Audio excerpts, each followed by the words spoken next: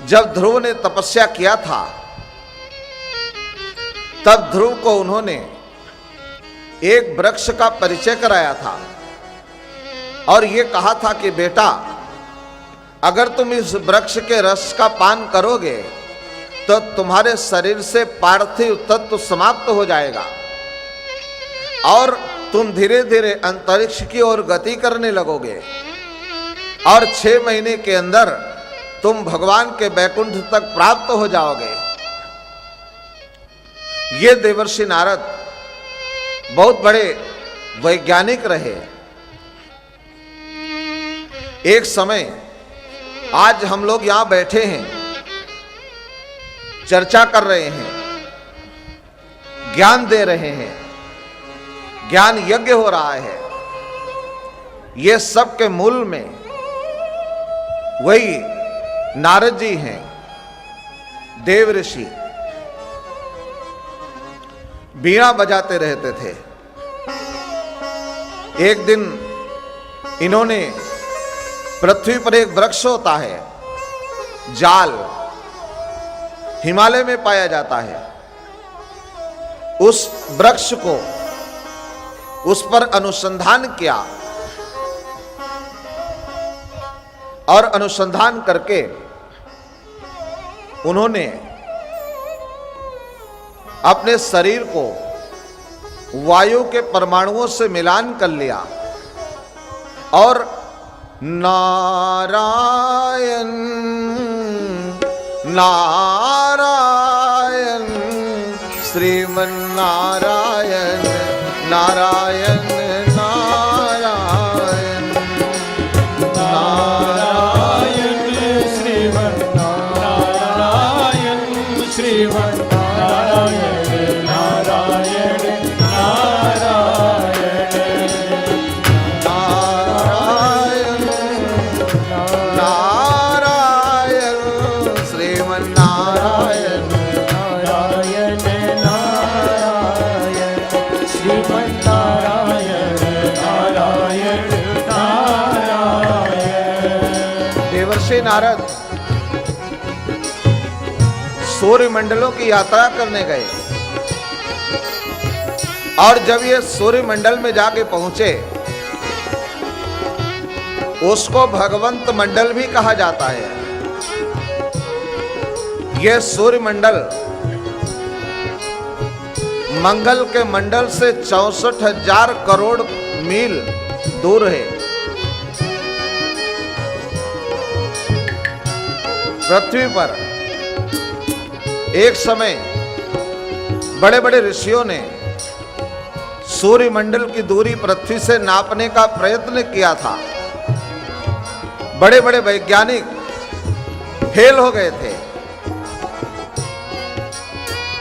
उस समय हमारे ये पृथ्वी के एक संत तुलसी ने उसका एक चौपाई में जवाब दे दिया था।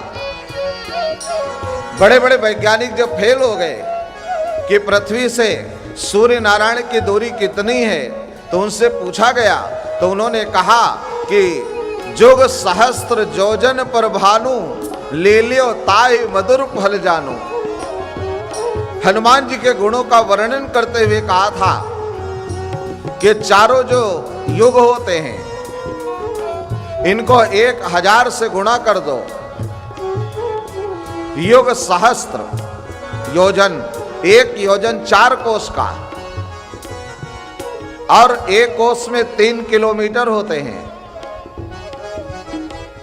और जो युग हैं वो चारों युगों को इकट्ठा कर लो तो 1,97,29,49,137 वर्ष होंगे।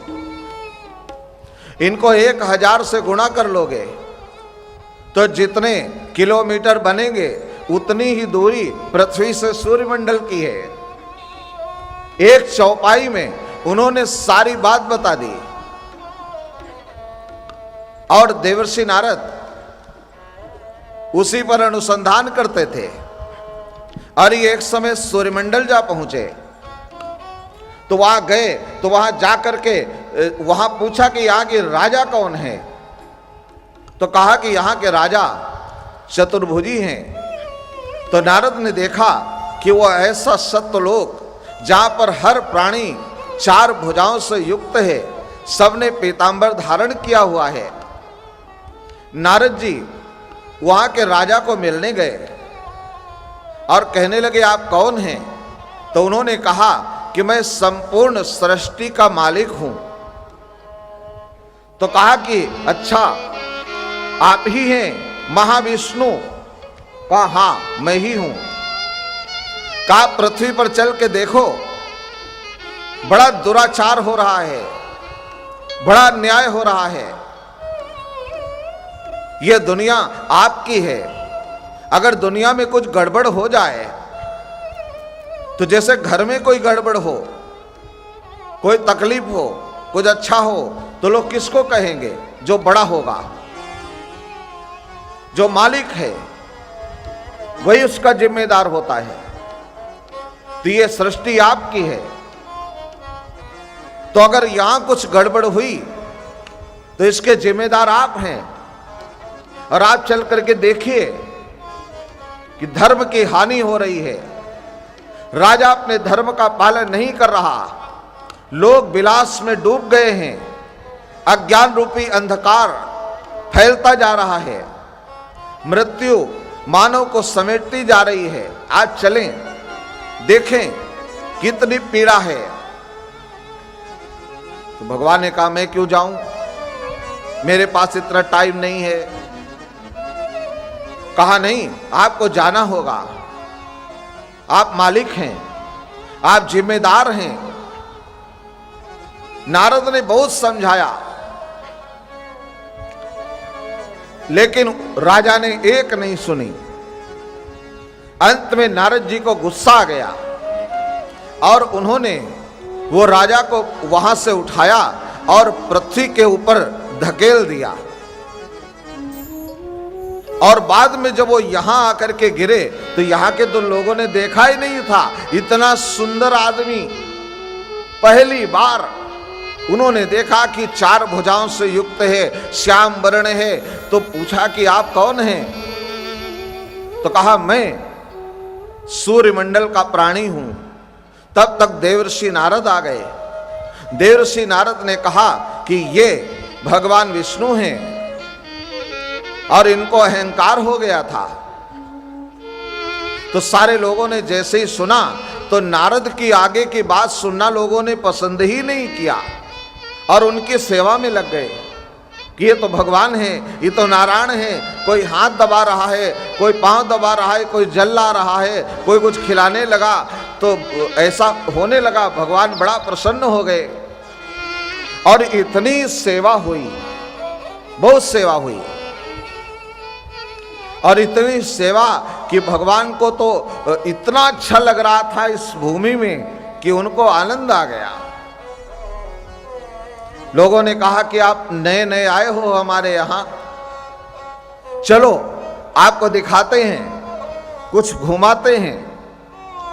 मुक्ति नारायण ले गए, गंडकी नदी में स्नान कराया नेपाल में।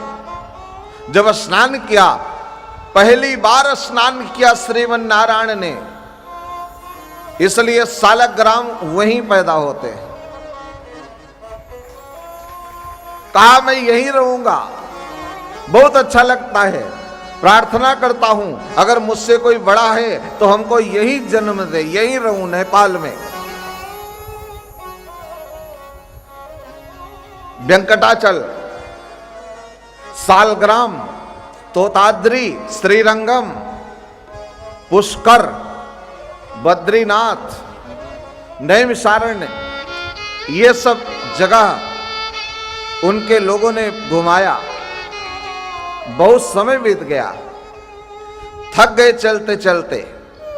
नारद से कहा कि देवर्षि नारद, अगर आपने मेरे साथ ये न किया होता तो मैं कैसे जान पाता कि पृथ्वीवासी प्राणियों में कितना प्रेम है। और सच बताऊं, हमारा मन नहीं हो रहा कि पृथ्वी को छोड़ के जाऊं। मैंने तो सारी दुनिया बनाई, लेकिन ये लोक ये बहुत अच्छा लगता है, बड़ा प्रिय है मुझे, पर मजबूरी ये है कि सारी दुनिया का संचालन करना है, सारी सृष्टि को देखना है मुझे,